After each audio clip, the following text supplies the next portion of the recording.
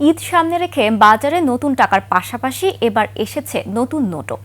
রাজধানীর গুলিস্তানে বেশি দাম দিয়েই নতুন টাকা ও নোট নিচ্ছেন ক্রেতারা। বলছেন ঈদ সালামির জন্য এর জুড়ি মেলা ভার। সোহেল সামির রিপোর্ট। সানবিট সব দিবে সামাল।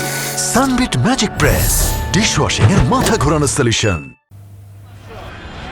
গুলিস্তানে চিরচেনা এই নতুন টাকার হাট। 10, 20, 50, 100 সব ধরনের টাকার পসরা সাজিয়ে বসেছেন বিক্রেতারা।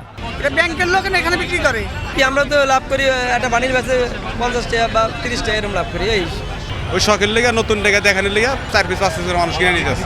20 টাকা হাজারে 1500, আর 50 টাকা হাজারে 100, আর 1000-এর হাজারে 1050। ঈদ সেলামির জন্য দোকানগুলোতে নতুন টাকা কেনার ধুম পড়েছে। কিনলাম ঈদের জন্য আর কি, মনে করেন যে বাচ্চা আছে এই জন্য দিলে ওনারা খুশি হবে। ঈদ তো একটা খুশির দিন, আনন্দের। হ্যাঁ, তাই আর কি সেই আনন্দ থেকে আনন্দ ভাগাভাগি করে আর কি সেটা নতুন টাকা দিয়ে। নতুন টাকার ডিজাইনে সন্তুষ্ট তারা। টাকার মানটা খুবই ভালো, ভালোই লাগতেছে। মনে হইতেছে না যে বাংলাদেশের টাকা, মনে হইতেছে বাইরের কান্ট্রির কোনো টাকা। অতিরিক্ত মূল্য রাখার অভিযোগ তাদের মুখে।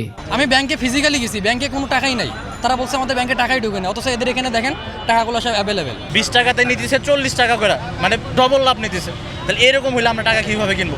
তবুও নতুন টাকা চাই ঈদে ঘরমুখো মানুষের। সোহেল সামি, 21 টেলিভিশন, ঢাকা।